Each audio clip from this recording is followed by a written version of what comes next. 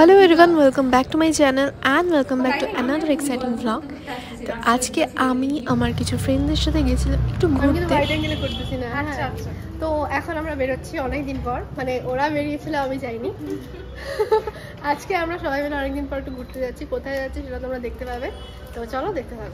মানে অনেক দিন পর আমি বেরিয়েছিলাম, যেহেতু কাজের জন্য আমি মোটামুটি ব্যস্তই থাকি আর ঘুরতে ঘুরতে যাওয়া একদমই হয় না। মানে আমার ফ্রেন্ডরা আমাকে সবসময় বলে যে চল চল চল ঘুরে আসি, বাট আমার যাওয়া হয় না। মানে লাস্ট মোমেন্টে গিয়ে কোনো না কোনো কারণে আমার প্ল্যানটা ক্যান্সেল হয়েই যায়।